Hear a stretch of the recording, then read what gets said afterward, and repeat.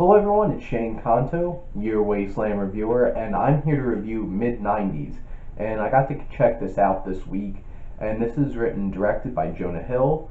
And when I saw this trailer and first saw that Jonah Hill was writing and directing a film, I was pretty excited because usually when stuff like that happens, where an actor is trying out doing directing or writing something, you kind of think about, oh, what could they possibly come up with, or can they really handle this kind of jump? Because there are some great examples of, say, like Clint Eastwood and Mel Gibson, who were very talented actors and then jumped in and showed that they were very talented directors. And Jonah Hill takes on the story of a young kid who has a relatively young mother and a very aggressive older brother, dealing with kind of an absent mom and a very bullying and harmful brother, trying to fit in with this group of skater kids. And this group of skater kids, they they hang out at their shop where they sell skateboards, and this is takes place in the 90s, and it's super 90s. All the 90s little Easter eggs and everything throughout the film. It's like, I was born in 1991, so it's kind of like I grew up in the 90s, and I got a lot of these references, and I thought that was fun, with like the design of hitting on all these nostalgic things, and also kind of frightening that the 90s are now a period piece. But that's how this film is treated. And in terms of the direction, Jonah Hill, I feel like, does a decent job of putting this story together.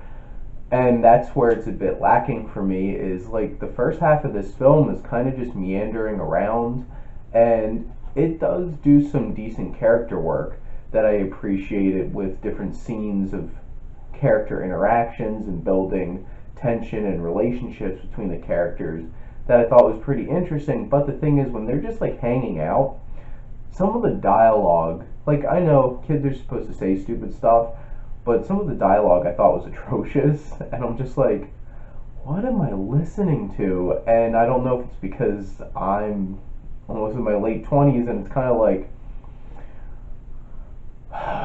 this is stupid. If I was sitting there, I'd be like, see ya, and go do my own thing, because they were talking about some really stupid stuff.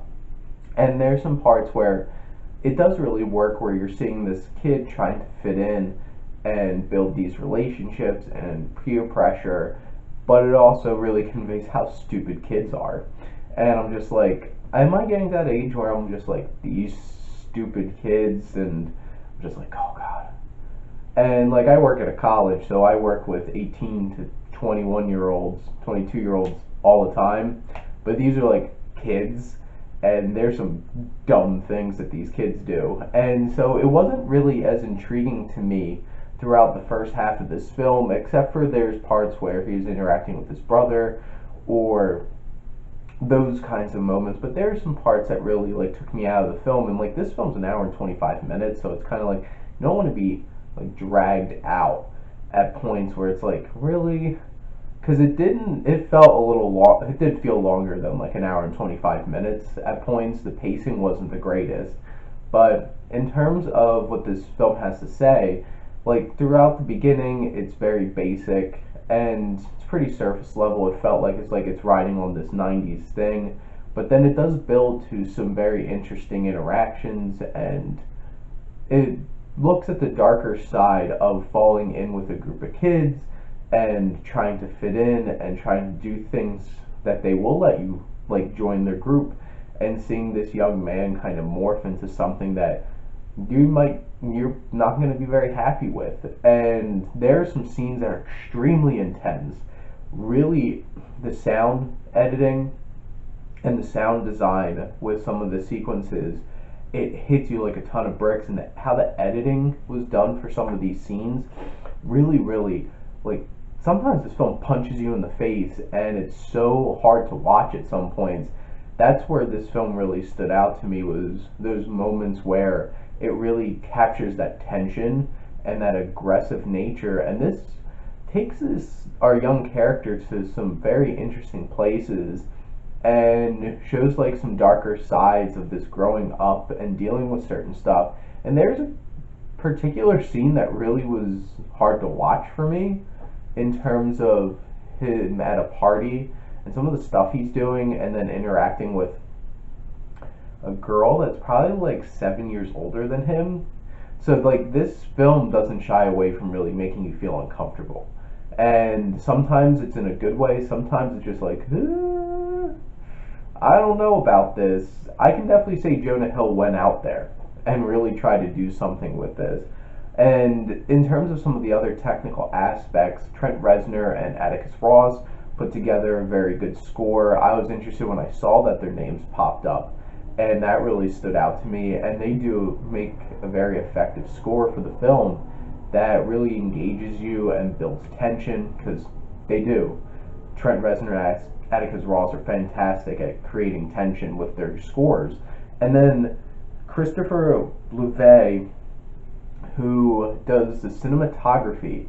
This film is shot where it comes out in a little square, feels like it came out on a little camera. This feels like it was shot on a 90s camera, and I really appreciated that. And it felt like that added something to this film and really felt like you were in it and you were in this time period that you're supposed to be in. And I really appreciated that, and I've seen this done in a few films recently, and I feel like it's really effective and really captures that. And in terms of the camera work, I think it's inspired, and technically I think this is a really well put together film, especially capturing what it's trying to capture.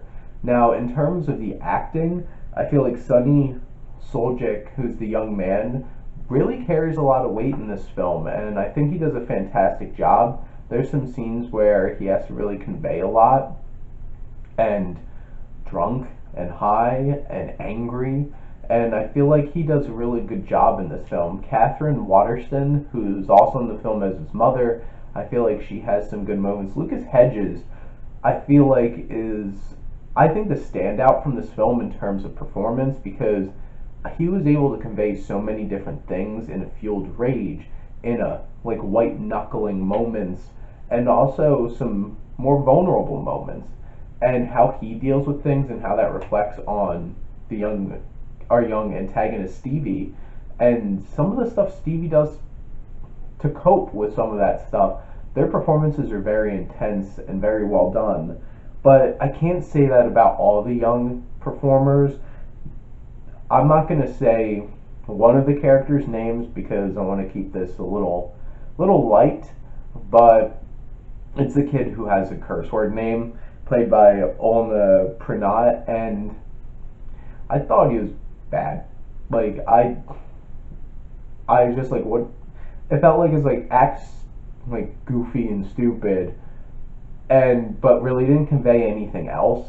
But also Nikel Smith, who plays Ray, the oldest kid that they hang out with, I really appreciated his performance, and I think he was a good standout in this film, and I'd like to see him pop up into some more things. Overall, I thought that Mid90s was a good first effort for Jonah Hill. I didn't love it. I would recommend it. It's worth seeing. If you're not like really big into film, or if you're a 90s kid, I think you'll definitely appreciate this, so go check this out for nostalgia. But from a film perspective, I think it's worth checking out and seeing what Jonah Hill can bring to the screen. And comment, let me know what you think, and thank you as always for supporting your Wasteland reviewer.